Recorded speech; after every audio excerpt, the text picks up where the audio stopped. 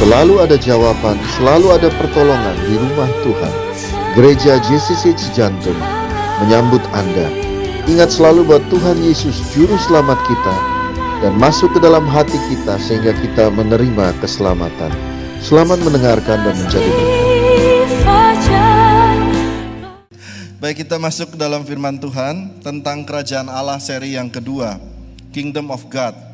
Bagaimana supaya kerajaan Allah dapat berfungsi maksimal dalam kehidupan kita. Ini adalah seri Kingdom of God. Yang pertama kita buka Matius 13 ayat 11 sampai 15. Saya hanya punya waktu 25 menit. Matius 13 ayat 11 sampai 15. Kepadamu diberi karunia untuk mengetahui rahasia kerajaan surga. Rahasia kerajaan surga, saudara garis bawahi, tetapi kepada mereka tidak. Jadi rahasia ini hanya diberitahu khusus, hanya beberapa orang yang bisa tahu. Secret of the kingdom of God, tetapi kepada mereka tidak. Nah, Bapak Ibu, minggu lalu kita belajar tentang kerajaan Allah. Dalam kerajaan Allah ada penyediaan Tuhan, dalam kerajaan Allah ada pemeliharaan Tuhan, dalam kerajaan Allah ada kuasa. Itu minggu lalu kita belajar itu. Banyak orang yang hidup di dunia dengan susah payah, tetapi tahukah saudara ada bagian dari Tuhan yang Tuhan bisa memberkati saudara sehingga saudara bisa hidup dalam anugerah Tuhan. Beberapa waktu lalu saya pergi ke Jawa Tengah, 3 hari lalu ke Jawa Tengah. Lalu waktu kita di jalan tol itu kering, betul-betul kering. Lalu di depan saya lihat ada hujan di depan, itu betul-betul terpisah antara kering dan yang hujan. Dan begitu masuk hujannya deras sekali. Nah Bapak Ibu, demikian juga ada yang Tuhan payungi. Kalau saudara masuk dalam kerajaan Allah, ada juga yang saudara berat. Nah mari kita belajar supaya kita ada dalam penyediaan, pemeliharaan, dan kuasa Tuhan. Amin. Nah bagaimana hari ini kita belajar kondisinya Matius 13, 11 sampai 15, rahasia kerajaan surga ayat 12. Karena siapa mempunyai kepadanya akan diberi sehingga ia berkelimpahan, tetapi siapa tidak mempunyai, yang ada padanya akan diambil daripadanya. Ayat 13, itulah sebabnya aku berkata-kata dalam perumpamaan kepada mereka, karena sekalipun melihat, lihat baik-baik, mereka tidak melihat, mendengar, tidak mendengar, dan tidak mengerti. Ayat 14, Yesus berkata, supaya genaplah nubuat Yesaya yang berbunyi, kamu akan mendengar dan mendengar, namun tidak mengerti. Kamu akan melihat dan melihat, namun tidak menanggap. Ini kenapa, apa maksudnya ayat ini? Lalu ayat 15 dijelaskan. Sebab hati bangsa ini telah menebal dan telinganya berat mendengar. Hati bangsa ini telah menebal dan telinganya berat mendengar. Jadi kondisi kerajaan Allah itu seperti benih firman Tuhan yang ditanam di sebuah lahan. Sekarang saya tanya saudara, kalau sebuah benih, entah itu benih pepaya, benih alpukat, benih cabai, ya saya pernah dikirim buah dari tempat Pak Ishak juga. Benih buah kalau dia tidak bertumbuh, saudara salahin benihnya enggak? Tidak. Engkau salahkan media tanamnya. Betul kan? Ini pasti ini mungkin gak disiram, gak dikasih pupuk. Tanahnya kenapa? Atau mungkin kurang sinar matahari, yang disalahkan lingkungannya. Nah hari ini kita belajar ternyata lingkungannya itu adalah tanah atau hati kita. Hati kalau sudah keras, engkau melihat, ini hati kalau sudah keras, udah tebal, telinganya berat mendengar, sudah susah. Kenapa hati ini keras? Karena waktu pertamanya engkau lembut, engkau mendengar firman, lalu engkau kena dengan tipu daya iblis, lalu engkau melihat kekhawatiran dunia, tipu daya kekayaan, betul ya, cicilan dan sebagainya, mendadak hatimu mulai mengeras. Nah hari ini biarlah hati kita lembut kembali. Nah waktu tanah itu lembut, benih bisa tumbuh, kehidupan saudara akan optimal. Nah yang pertama, bagaimana supaya ini adalah harus tanahnya itu rendah hati. Poin yang pertama, hari ini cuma 2 poin. Poin yang pertama, be humble. hati saudara harus selalu rendah hati. Jangan sampai semak belukar menghimpit, keadaan hidup menghimpit, gagal kerja, dikecewakan orang, lalu hati saudara sakit, seret. Lalu hati saudara menebal dan keras.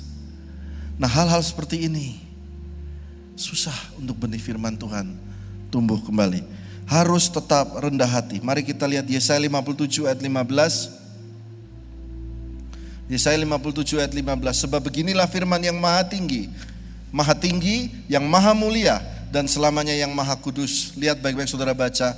Aku bersemayam di tempat tinggi dan di tempat kudus, tetapi juga bersama-sama orang yang remuk dan rendah hati. Untuk menghidupkan semangat orang-orang yang rendah hati, untuk menghidupkan hati orang-orang yang remuk. Jadi Tuhan itu suka bersemayam di orang-orang yang rendah hati. Katakan amin. Jalan untuk naik di kerajaan Allah ialah turun ke bawah. Be humble. Jadi kalau saudara ikut Tuhan, lalu saudara mulai sukses pelan-pelan, gaji saudara naik, dipromosikan, saudara jualan online mulai sukses, lalu saudara mulai tinggi hati. Jangan-jangan saudara salah ajaran gereja. Karena gereja selalu mengajarkan semakin lama semakin rendah hati. Katakan amin. Lihat Mazmur 10 ayat 17, dalam bahasa Inggrisnya ditulis, Lord, thou hast heard the desire of the humble. Tuhan, engkau mendengar keinginan orang-orang yang rendah hati. Thou will prepare their heart. Tanah kan, engkau akan siapkan hati mereka. Thou will cause thine ear to hear. Engkau siapkan hati mereka yang sudah rendah hati, baru firman Tuhan dapat masuk. Saya percaya hari ini saudara mulai, atmosfernya mulai merendah nih. Bagus, firman Tuhan bisa masuk. Kita lihat Elia, 1 Raja-Raja 19 ayat 9 sampai 12. Saya berharap saudara dapat mengerti ini. Ini kemarin satu pelajaran bagi pelayan, tapi saya jelaskan kepada saudara. Elia itu sedang stres. Nabi yang hebat menurunkan api dari langit, dia berdoa, hujan tidak turun dan sebagainya. Pokoknya sakti pokoknya saudara. Lebih hebat dari yang di Mandalika kemarin. Ya, ini dia berkata, dia stres, dia masuk ke gua dan Tuhan berkata, apa kerjamu di sini Elia? Lalu ayat 10, jawabnya, aku sedang segiat-giatnya. Perhatikan kata aku bekerja segiat-giatnya buat Tuhan. Tetapi orang-orang Israel meninggalkan engkau. Ayat 11, orang-orang itu membunuh nabi-nabimu. Hanya aku 2 kali. Aku seorang dirilah yang masih hidup dan mereka ingin mencabut nyawaku. Terus, lalu firman-Nya, keluarlah di atas gunung itu di hadapan Tuhan. Maka Tuhan lalu, tanda seru, angin besar yang kuat membelah gunung-gunung, memecahkan bukit-bukit. Tidak ada Tuhan dalam angin itu. Dan sesudah angin itu datanglah gempa, tetapi tidak ada Tuhan dalam gempa itu. Terus, dan sesudah gempa itu datanglah api, tetapi tidak ada Tuhan dalam api itu. Sesudah api itu datanglah bunyi angin sepoi-sepoi basah. Ayat 13, segera sesudah Elia mendengar bunyi angin itu, ia menyelubungi mukanya dengan jubahnya, lalu keluar dari gua. Oke, perhatikan baik-baik di sini. Elia ini nabi hebat. Satu waktu dia stres. Coba ada gambarnya. Ini Elia, dia stres dan dia mau ketemu Tuhan, dia mau argumen sama Tuhan. Lalu apa yang Tuhan tunjukkan? Tuhan tunjukkan 3 hal. Yang pertama, angin kencang yang membelah bukit dan batu. Hancur semua. Yang kedua, mendadak gempa. Shaking semua. Yang ketiga, di depan Elia lihat api. Nyambar semua. 3 peristiwa alam besar. Saudara, kalau gempa, siapa yang bisa nahan? Ada yang bisa? Nggak bisa kan? 2 hari lalu Kepulauan Seribu kena angin besar ya. Kita lihat di berita, besar sekali anginnya. Siapa yang bisa nahan? Kalau api, kemarin sempat ada api di gereja ini waktu bulan Januari. Apinya tingginya seorang gitu. Itu kakinya Wawan sampai lemes katanya. Siapa yang bisa nahan? Ini 3 fenomena alam yang kuat ditunjukkan ke depan Elia. Dan Elia sadar, karena itu waktu fenomena keempat, dia langsung tutup mukanya dan dia berjalan. Kenapa ini ditunjukkan? Angin, gempa api adalah demonstrasi Tuhan. Ditunjukkan di depan Elia bahwa 3 ini haknya Tuhan. Dan 3 peristiwa ini menunjukkan kepada Elia, akulah Tuhan. Dan kamu Elia bukan Tuhan. Sekali lagi saya ulangin. I am God, you are not. Itu pesan yang diberikan kepada Elia. Seringkali kita ini hidup mau jadi Tuhan. Kita mau kontrol semuanya. Kalau saya nggak jadi pacaran sama dia, saya nggak ke gereja lagi. Kita mau kontrol, ini anak saya harus jadi begini, oh ini suami saya harus jadi begini. Kamu bukan Tuhan. Saya ingat tadi pagi saya cerita, waktu ayahnya dari Intan Gembala sakit stroke. Intan bilang tidak boleh mati. Berdoa Tuhan kasih kekuatan, tidak mati, tidak mati. Mati. Siapa di sini yang bisa menahan kematian? Bahkan Pak Dokter ya, nggak bisa. Itu menunjukkan kita bukan Tuhan. Jadi rendah hati bahasa Jawa keluar saudara. Be humble. Yang mau berikan tepuk tangan buat Tuhan. Masalah terjadi karena kita mau jadi Tuhan. Kita bukan.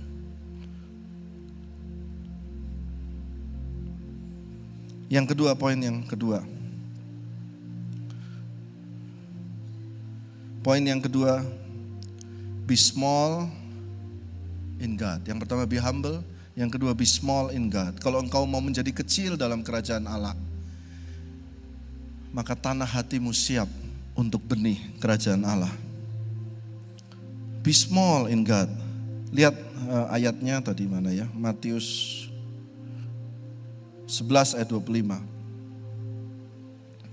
Matius 11 ayat 25. Pada waktu itu berkatalah Yesus, aku bersyukur kepadamu Bapa Tuhan langit dan bumi, karena semuanya itu engkau sembunyikan bagi orang bijak dan orang pandai, tetapi engkau nyatakan kepada orang kecil. Be small. The kingdom of God, kerajaan Allah bagi orang kecil. Ini apa Pak maksudnya Pak? Saya cerita ya, ada seorang ilustrasi, ada seorang yang mencari harta karun. Dia siapkan bekal, dia siapkan alat dan dia berjalan mulai mencari harta karun. Sampai tengah jalan gurun pasir, wah ini harta karun besar. Sampai tengah jalan bekalnya habis, airnya habis. Lalu akhirnya dia tergeletak, kekeringan, dehidrasi, kelaparan. Dan di sela-sela menanti ajalnya dia berseru kepada Tuhan, Tuhan tolonglah saya minta air sedikit dan makanan sedikit, kalau enggak saya mati. Dan Tuhan kirimkan malaikat, dia akhirnya dapat makan dan dia minum. Mujizat. Dan dia bangun lagi, terus ngapain? Cari lagi hartanya. Betul enggak? Jalan lagi cari harta. Bukankah kita juga seperti itu? Seperti itu ya. Dia cari harta, akhirnya dia ketemu harta. Ada gambarnya. Dia berhasil menemukan harta. Hore, hore, aku ketemu harta. Wah, aku ketemukan kesuksesan, aku ketemukan promosi. Semua yang aku doakan terjadi, aku ketemu semua. Dan dia mulai taruh itu harta di ransel, di pinggang semua, cukup berat. Lalu dia mulai berjalan kembali pulang. Sampai tengah jalan, kelaparan dan kehausan, dehidrasi lagi. Akhirnya dia lepaskan satu-satu harta karunnya dan dia tergeletak lagi kekeringan dan dia mulai berkata, Tuhan aku mau mati. Minta makanan dan minuman. Dan Tuhan kirim lagi malaikat. Dan malaikat bawa makanan dan minuman. Dia makan dan minum, kuat lagi. Kali ini malaikat bertanya, apa pelajaran yang kamu tangkap? Tuhan, kata orang ini, aku belajar ternyata kenikmatan yang paling tinggi itu adalah yang Tuhan sudah berikan. Bisa makan, bisa minum. Lebih daripada harta yang lain-lain. Jadi artinya be small in God, orang kecil. Artinya engkau harus bisa menikmati berkat-berkat kecil yang sudah Tuhan berikan kepadamu. Kamu harus bisa. Jangan maunya tinggi-tinggi terus. Saya udah bagi ini, jadi saudara jangan takut.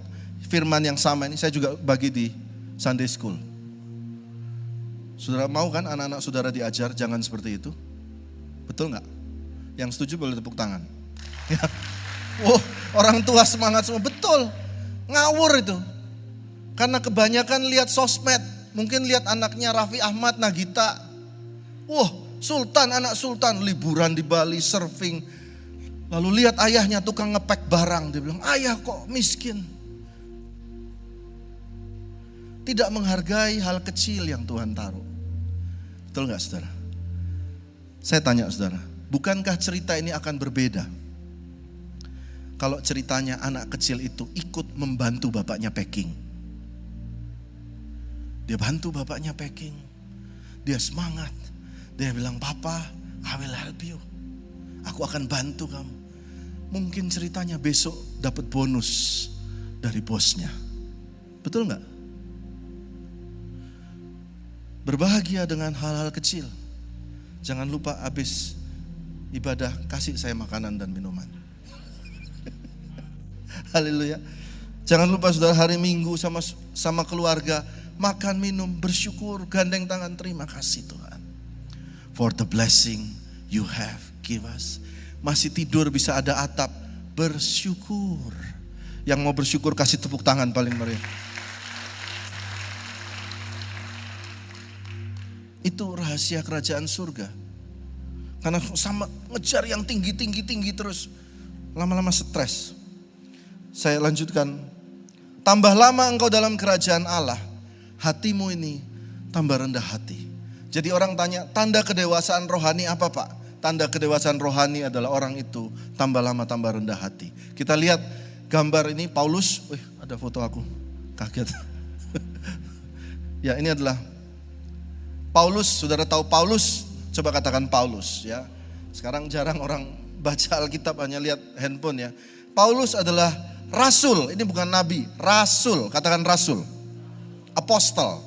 Rasul itu adalah ada 12 rasul Yesus, lalu ada Paulus. Paulus bukan murid Yesus, tetapi dia muncul setelah Yesus naik ke surga, ada muncul Paulus dan Paulus sempat ketemu Tuhan Yesus langsung, matanya buta. Dia juga merajam Stefanus sampai mati. Nah, Paulus ini menulis sepertiga dari perjanjian baru. Sepertiga, 30% dari perjanjian baru. Paulus juga orang yang pernah naik ke surga tingkat ketiga. Dan Paulus juga yang bisa, dia bilang, aku mendengar bahasa-bahasa yang tidak dapat aku ungkapkan di sini. Saudara, bahasa malaikat dia bisa. Tetapi lihat, ini ya saudara lihat, ada surat-surat Galatia, saudara lihat di sebelah kiri. Galatia, Tesalonika, terus Efesus. Endingnya dia tulis surat 2 Timotius. Ini belajar Alkitab sama-sama. Terus jadi ini apa? Ini nama tempat semua. Di mana gereja didirikan oleh Paulus, lalu dia pergi, lalu dia kirim surat. Makanya ada surat Galatia dikumpulkan sama orang-orang dulu, dikumpulkan jadi Alkitab ini. Surat kepada Galatia sampai yang terakhir pada tahun, saudara lihat AD 60 step 61, AD 67, tahun 67 setelah Yesus lahir tahun 67, Paulus mati. Jadi Paulus itu kurang lebih terima Tuhan Yesus umur 36, tahun 67 dia mati. Kita lihat pelan-pelan. Waktu dia tulis surat Korintus, 1 Korintus, itu adalah 10 tahun sebelum dia mati. AD 56. Saudara sampai sini nangkep ya? Ada yang bingung? Ya kalau bingung ya udah gak apa-apa lah. Nanti kita kursus Alkitab berdua. Waktu dia tulis surat Korintus, itu tahun 56 atau 10 tahun sebelum Paulus mati. 1 Korintus 15 ayat mana tadi? Ayat 9. Ini perkataan dia, karena aku adalah yang paling hina dari semua rasul. Jadi waktu dia tulis surat dia bilang, aku ini paling hina di antara 12 murid Yesus. Aku yang paling rendah. Itu 10 tahun sebelum dia mati. 7 tahun kemudian, ya, atau 3 tahun sebelum ia mati, dia tulis Efesus 3 ayat 8. Coba Efesus 3 ayat 8. Kepadaku yang paling hina di antara segala orang kudus. Ya, jadi 7 tahun kemudian dia tulis, aku bukan paling hina di antara para rasul. Para rasul itu Matius, Markus, Lukas, Yohanes. 7 tahun kemudian dia bilang, aku paling hina di antara orang kudus. Orang kudus itu adalah sebutan untuk orang Kristen. Jadi dia berkata, dari semua orang Kristen, aku paling hina. Turun gak dia? Turun. Dari antara rasul, turun. Oke, coba tunjukkan gambarnya lagi. Gambar yang tadi surat Paulus. Jadi tadi Korintus tahun 56. Waktu dia di Ephesians di bawah kiri, itu tahun 60-61 ya. Terakhir dia tulis surat kepada Timotius, itu ending daripada hidupnya di Roma. Dia tulis 2 Timotius. Ini saya tulis ya ayatnya, 1 Timotius 1 ayat 15. 6 bulan sebelum Paulus mati, dia tulis begini, coba saudara baca. Kristus Yesus datang ke dunia untuk menyelamatkan, ayo yang kenceng, orang berdosa. Dan di antara orang berdosa, aku yang paling berdosa.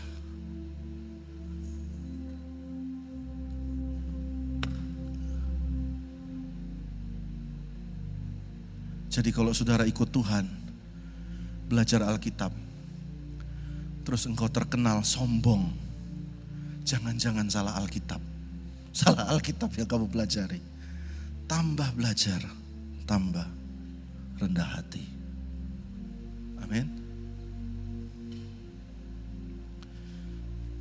Siapa yang mau rendah hati di hadapan Tuhan? Saudara, teman-teman udah naik? Udah habis nih bahannya. Oke. Saudara, saya itu gembala juga, saya bekerja. Saya ada pekerjaan, bikin label rekaman rohani. Kayak tadi anak-anak itu namanya RPD, saudara awas ya, kalau jemaat gak subscribe awas.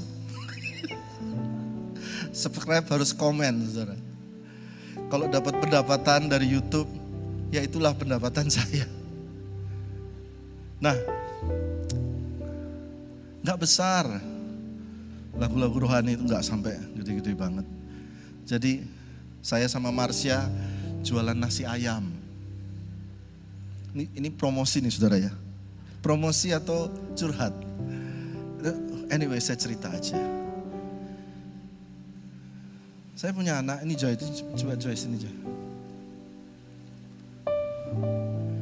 Kamu buka masker, jadi kalau nanti ketemu di mall, ntar ditraktir kamu sama jemaat.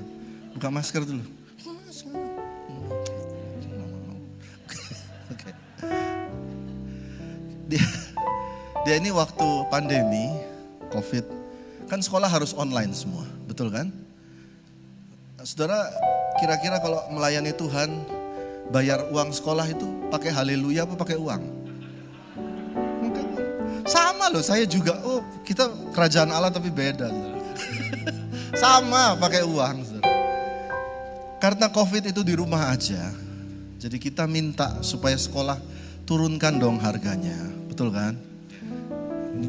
Ini curhat. Jadi mahal saudara, biayanya mahal. Jadi akhirnya, oke Joy, udah Joy. Karena mahal jadi akhirnya kita pindahkan online school yang jauh lebih murah. Jauh lebih murah. Dan saya bilang sama Tuhan, Tuhan, apa enggak malu ya? Aku ini kan gembala. Duh, mulai kan kayak Elia tadi kan. Aku kan gembala. Bikin juga lagu rohani. Dan selama 1 minggu ini ada orang jualan, saya jualan nasi ayam. Saya anterin bawa kardus, kemarin ada yang pesan 50. kurang kemanusiaan sih, antar 50 suruh naik lantai 18 lagi. Terus enggak, tapi pakai lift Pak. sampai di atas saya taruh. Sampai yang bilang, loh Pak ngantar sendiri? Iya, gak apa-apa. Bayar Grab mahal, ini gak seberapa. Dan dalam roh, saya merasa Tuhan bilang, be humble. No, bukan. Saya gak berharap tepuk tangan dari manusia, karena Tuhan yang tahu. Saudara, anak saya ini tiba-tiba dia bilang, Pak aku pengen sekolah di sekolah A ini. Saya bilang sama istri, itu mahal. Saya bilang, tapi anyway coba aja. Jadi dia kirim surat sendiri, dia interview sendiri di sebuah sekolah yang lain yang lebih mahal dari yang pertama, jauh lebih mahal. Dan saya bilang, Tuhan kalau mau rendahkan saya sampai sini, ayo Tuhan, it's okay. Gak apa-apa. Dan waktu habis antar nasi siap, Tuhan bilang begini, SMS masuk dari dia, Pak, sekolah yang mahal, text me. Mereka kasih 75% beasiswa.